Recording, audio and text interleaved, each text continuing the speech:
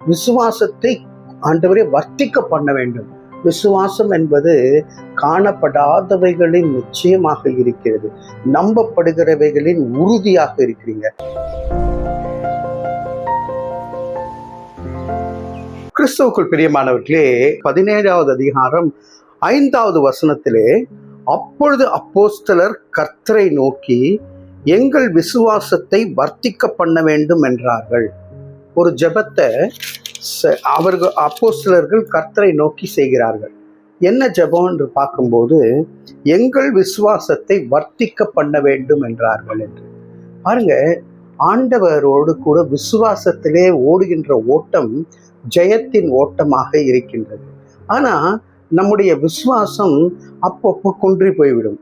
ஏன்னா நாம எதிர்பார்க்கின்ற ரிசல்ட்ஸ் வரக்கூடிய அறிகுறி இல்லாம, நாம எதிர்பார்த்து இருக்கின்ற காரியங்கள் நடக்காம ஒரு தடங்கள் இருக்குமே, ஆனால் அந்த இடத்திலே நாம சோர்ந்து போய் விசுவாசத்திலே குன்றி போய் காணப்படுகின்றவர்களாய் இருப்போம்.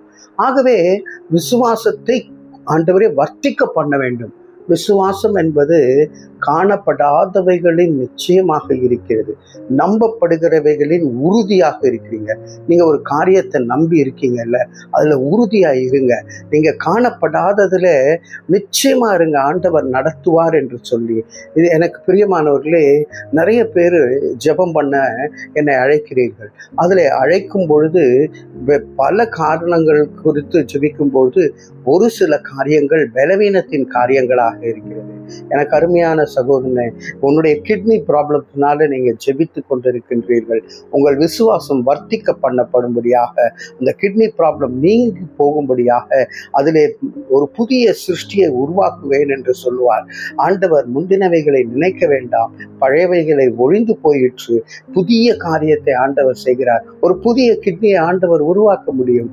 ஆகவே விசுவாசத்தை வர்த்திக்க பண்ண ஆண்டவரிடத்திலே ஜெபியுங்கள். பிரியமானவர்களே, விசுவாசத்தோடு ஜெபியுங்கள். ஒரு முறை ஒரு போதகர் மழைக்காக ஜெபத்தை கூட்டினாராம். அப்பொழுது எல்லாரும் வந்தாங்க. அதுல ஒரு சின்ன பொண்ணு மாத்திரம் கொடையோட வந்தாலாம். ஏன்பா கொடையோட வந்திருக்கிறேன்னு எல்லாரும் சிரிச்சு கேட்கும்போது, மழைக்காக ஜெபிக்கிறீங்க, ஆண்டவர் மழையை கொடுப்பார் என்ற விசுவாசத்தோடு நான் வந்திருக்கிறேன்னு சொல்லி.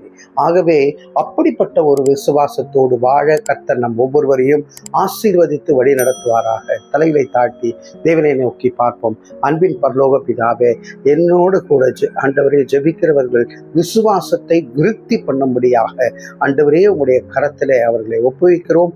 ஆசீர்வதியும், ஆண்டு கொள்ளும், வழி நடத்தும், வெற்றியை தாரும். இயேசுவின் மூலம் ஜெயத்தை பெற்றுக் கொள்ளுகிறோம். ஜீவன் உள்ள நல்ல பிதாவே, ஆமேன், ஆமேன்.